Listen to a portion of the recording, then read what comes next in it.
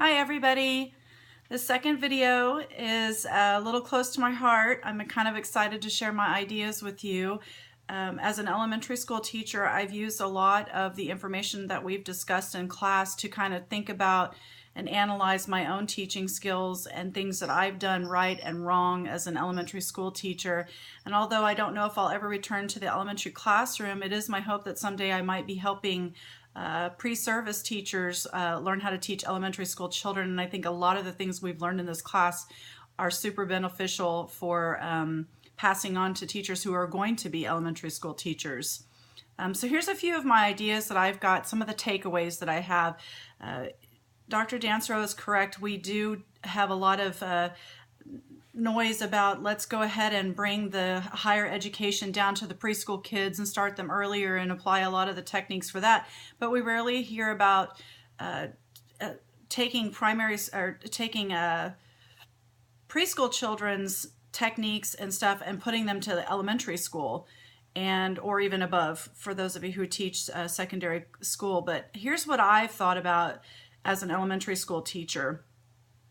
I love the idea of taking more time for letting children respond. As a teacher myself, I have been caught in the act of asking a question, and if the kids don't answer immediately, I answer for them. And again, that has to do a lot with the timing and making sure the flow of the class is done in a timely manner. But I love that idea of doing that for elementary school kids, because I feel like it gives them more time to process and feel like they have a little bit more ownership on their replies and their class stuff. So I think that's an interesting aspect that we have to really consider. One of the second things I think is kind of fun that I would totally promote for future teachers is the allowing the children to have playtime. Even fifth grade kids, or you think about middle school and high school kids, they love to get silly a little bit and act like young children. And I think giving them some playtime in music class is a really great idea.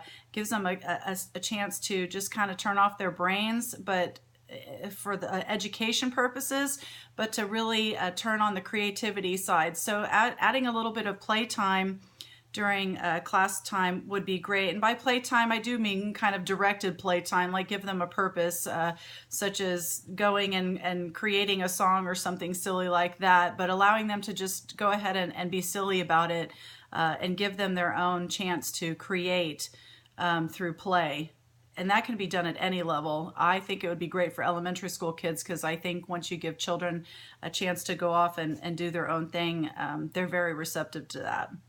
I also really like the idea of adding more movement to the class. I do have to say that when I was teaching elementary school, I made it a point in every lesson to have a movement exercise, and usually it was about halfway through the class period, because the kids do get antsy. You do have to teach, and you do have to, you have objectives that you need to observe. However, the kids also need a chance to get up and move around and kind of focus back and regroup after they have a movement exercise. And sometimes it was just as simple as singing Twinkle Twinkle Little Star while doing jumping jacks.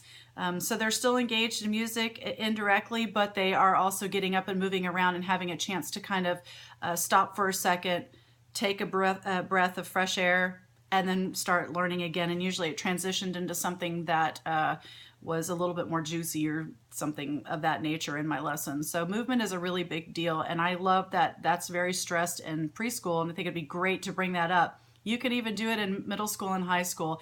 You know, have the kids get up and give back rubs or do jumping jacks or some type of silly calisthenics while singing a song. There's a lot you can do with the movement thing, but I think that would be an awesome thing to bring up to the higher grades. I also enjoy the idea of instrumental exploration. In Dr. Dansero's study of her children with the objects, the music objects, I thought it was really interesting to see a lot of the kids chose not to use it as a musical device, but as a play toy. That is really amazing. A lot of kids that are in elementary school, they're learning all the instruments, and of course they're like the Orff instruments, but there's still so much you could do with that. I think it'd be kind of cool to give them each an instrument and say, use this in any other way other than musical needs. So in other words, have them find another purpose for the instruments. You're still using the instruments. The kids are learning what the instruments are, but perhaps taking them away from music for a couple minutes and having them explore it in another aspect would be kind of fun for the kids. As well as learning what the instruments are, of course. So there's a lot you can do with the instrument play. I think you could probably do it in an older classroom. It would just have to be more simplified because you, of course, don't use all the ORF instruments in middle school and high school, but there are ones you could use, maracas and perhaps even the piano.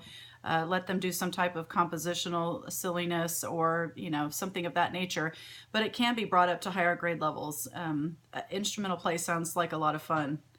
And lastly, I think it's important, one of the things I've taken away that's probably been one of the major focuses in my head for the duration of this class is giving the children a chance to lead the lessons.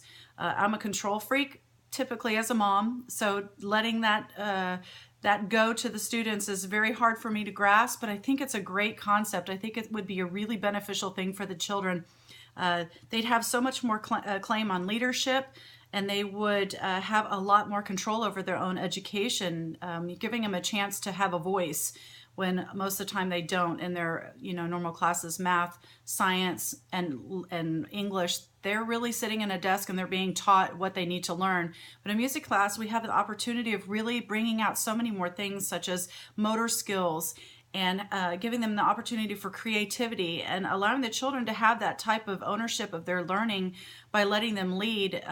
Not only improves their musical skills, but also their leadership skills. You're starting to build leaders at this age, and you can do that at any level. That could be a primary school or secondary, giving them a leadership role and having them take ownership of their learning.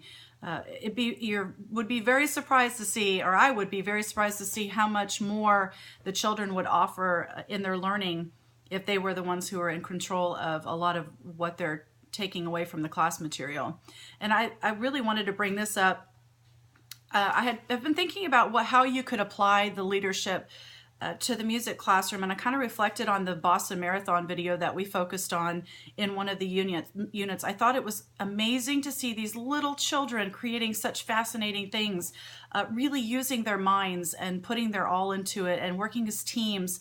And I tried to think about things that I could do in a music classroom that would kind of be the same thing, but using music as the foundation for what they would be leading. And I thought it would kind of be cute, and I would love to see if this would actually work. I'm talking to a music teacher in the district that I live in to see if she would be open to letting me kind of go ahead and direct this kind of activity, and she's pretty cool about it. But I'm thinking about having the kids write a musical. This will be for 4th and 5th grade children, so a little bit older, but applying the preschool techniques to this to let them lead. And I'm going to ask the children to write a musical. I'm going to have them in groups and let each one of them decide what topic they want to make it on. But the music, instead of like just saying go compose music, there has to be some type of parameters since they're still young children.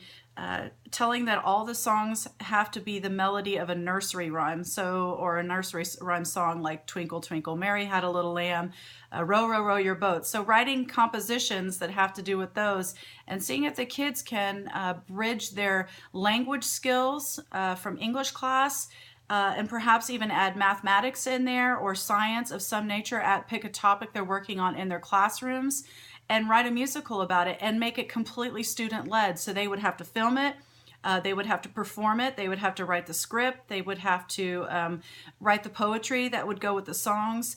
And I just want to see if the kids would be receptive to something like that. I think it would be fun for them to go in and create and just be kids and take all the skills and things that we've talked about in the preschool class and just let the kids be kids, but be focused on an outcome.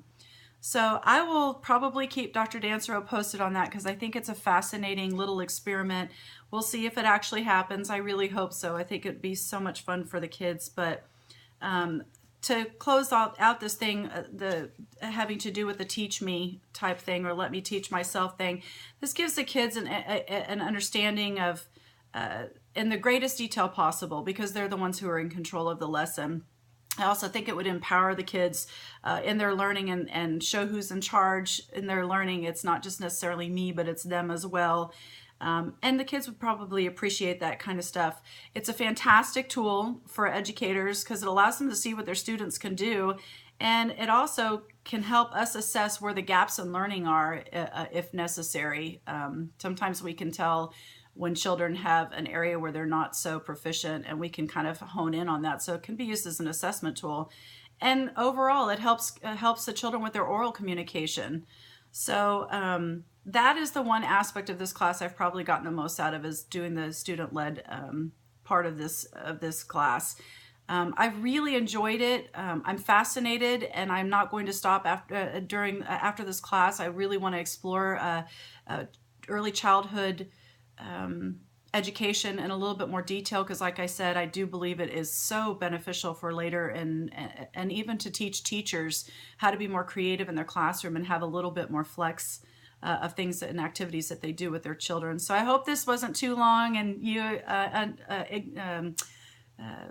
enjoyed listening to what I had to say, but I've so enjoyed getting to know all of you, and I wish you the very best. And Dr. Adansero, thank you so much for informing us on such awesome stuff.